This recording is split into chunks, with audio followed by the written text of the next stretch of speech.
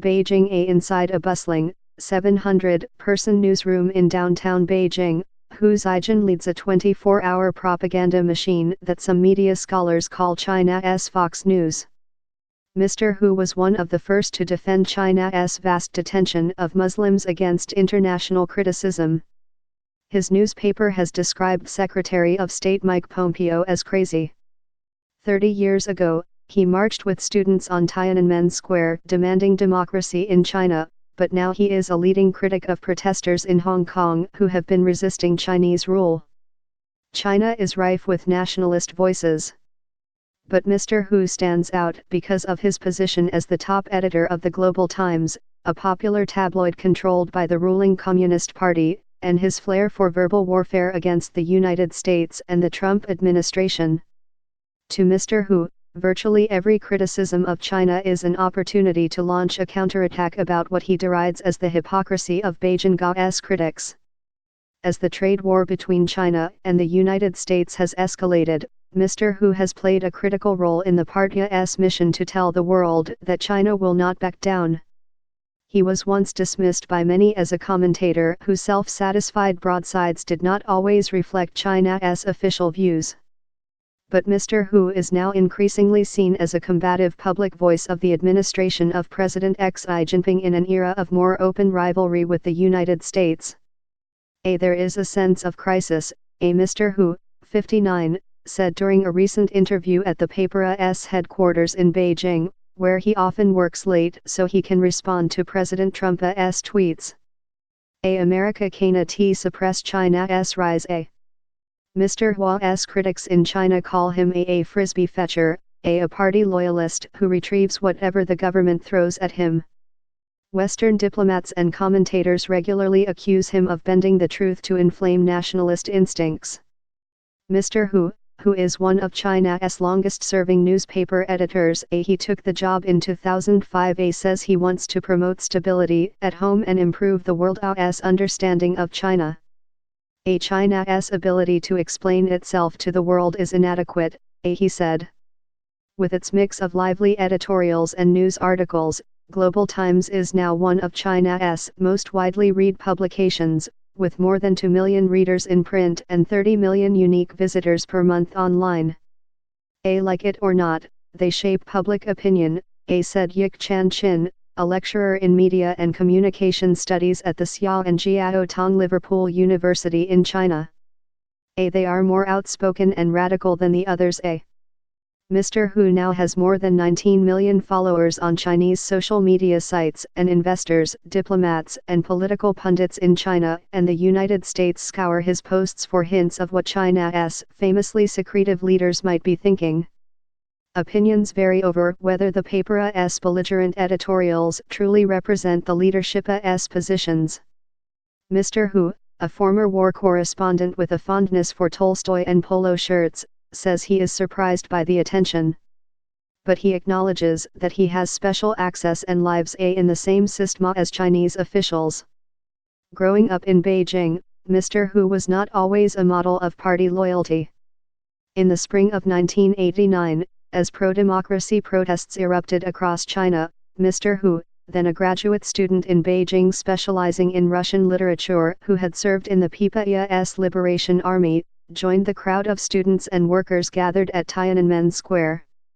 He chanted slogans, joined in renditions of protest anthems like ALA Internationalia, and grew excited as he heard American radio broadcasts declare that democracy might come to China.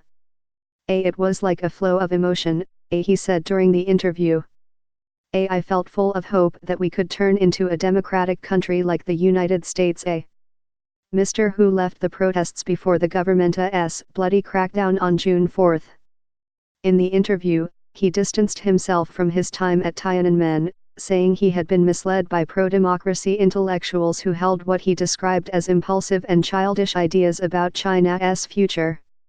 He set out to be a journalist, and the People's Daily, the flagship newspaper of the Chinese Communist Party, dispatched him to Yugoslavia to cover the conflict tearing apart the former socialist state. The experience fortified his belief that the party had to maintain control for China to prosper. I became aware of the fragility of a country, he said in a 2016 interview with a state-run news outlet, referring to his stint in Yugoslavia. Once unrest breaks out, it is simply not something we as individuals can control. Mr. Hu returned to Beijing in 1996 and soon became a deputy editor at Global Times, a subsidiary of PPAS Daily. Global Times set itself apart from other state media by appealing to a plain-speaking Chinese audience. In 2009, Mr. Hu began an English-language edition, hoping to bring his indignant takedowns of Western liberalism to international readers. Even in China's tightly controlled media environment, where newspaper editors are fired for pushing the boundaries, Mr. Hu has thrived. He remains a loyal party cadre, even as he occasionally levels criticism at the government over excessive social control.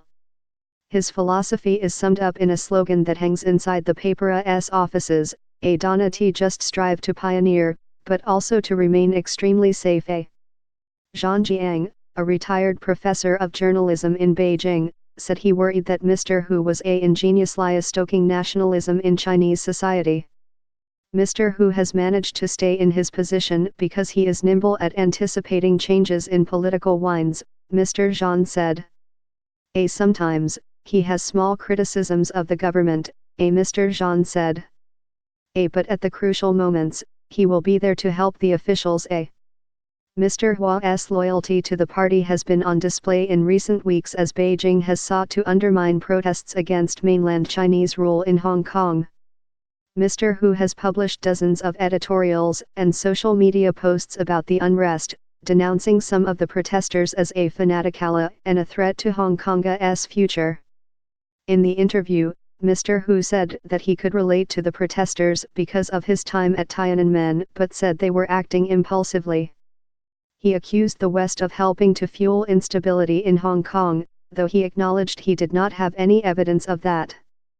These days, Mr. Hu works through the night on editorials about the trade war, North Korea, and other topics. He travels with an aide wherever he goes so that he can dictate editorials. Punctuation included as soon as an idea strikes him. He keeps a close eye on Mr. Trump's Twitter account and on Fox News. On a recent day, Mr. Hu published an editorial defending a Chinese diplomat who was criticized by Susan E. Rice, the American former National Security Advisor, for making racist comments. The editorial reprised one of Mr. Hua's favorite themes, that the West is intent on demonizing China while ignoring its own pride and prejudice.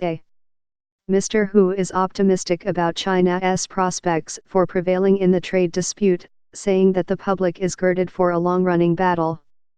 As trade talks continue, the party has seemed to find it useful to amplify Mr. Hua's hawkish views, featuring his editorials about Mr. Pompeo, for example, on the evening news. Mr. Hu brushes aside criticism that he is exacerbating tensions between China and the United States by promoting nationalistic views.